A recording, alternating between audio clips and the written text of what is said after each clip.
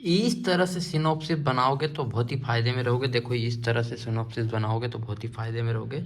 ये देखो हड़प्पा सभ्यता है इसमें, आद और पाक पाक हड़प्पा ऐतिहासिक सभ्यता, कार्बन डेंटिक C14 कालक्रम 2350 से 1750, खोज दयाराम साहनी और राखलदास बनर्जी। ये इस तरह से सुनो, ये देखो इधर दे दिया विस्तार, विस्तार में चारों तरफ की पूर्व दिशाएं बना दी, मांदा जम्मू कश्मीर चिनाब नदी के तट पर। और इस तरह से देखो आलमगीरपुर उत्तर प्रदेश हिंडन नदी के तट पर, दाइमाबाद महाराष्ट्र गोदावरी या प्रभा नदी के तट पर, सुतकागेड और बलूचिस्तान दास्क नदी के किनारे।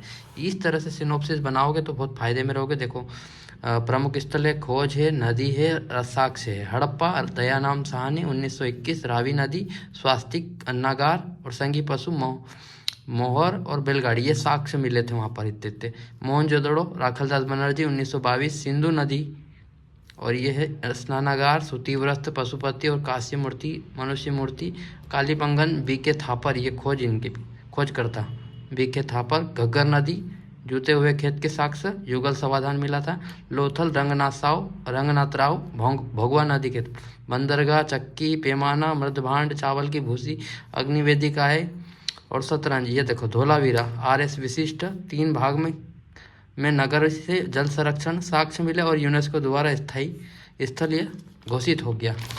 अब इसके बाद देखो दूसरा, यहाँ देखो ये सिंधु सभ्यता के 3 चरण आ गए। सिंधु सभ्यता के 3 चरण, प्रारंभिक सभ्यता 3300 ईसा पूर्व से 2600 ईसा पूर्व, परिपक्व सभ्यता 2600 ईसा पूर्व से 1900 ईसा पूर्व तक, उत्तर हड़प्पा सभ्यता 1900 ईसा पूर्व से 2300 ईसा। फिर ये नगरीय योजना और विन्यास देख लो इधर, ये 5 पॉइंट बना दिए मैंने, इधर देख लो, ऐसे पॉइंट में बनाना पड़ेगा आपको उत्तर। समकोण प्रकार की सड़कें, अन्न भंडार और प्रमुख विशेषताएं, जली हुई ईंटों के प्रयोग और जल निकासी प्रणाली तथा जल संरक्षण पर बल दिया गया था। लिपि का प्रयोग, ये देखो। फिर यहाँ से अपन ने इसकी सिंधु सभ्यता की स्थिति दे दी, राजनीतिक स्थिति, ये देखो वर्णिक शासन व्यवस्था, द्विभाग में नगर विभाजन, सामाजिक स्थिति देखो मात्र सत्तात्मक समाज 5 वर्णों में विभक्त था, नगरीय और वैज्ञानिक सोच, ये सामाजिक, और ये राजनीतिक, सामाजिक और ये आर्थिक स्थिति दे दी इसकी। पशुपालन, कृषि, व्यापार, कपास, जो गेहूं के साक्ष्य, चक्की, पैमाने, आयात और निर्यात के प्रमाण, ये है। फिर यहाँ करंट पॉइंट देना जरूरी, करंट अफेयर से जोड़ दिया इसको अपन ने।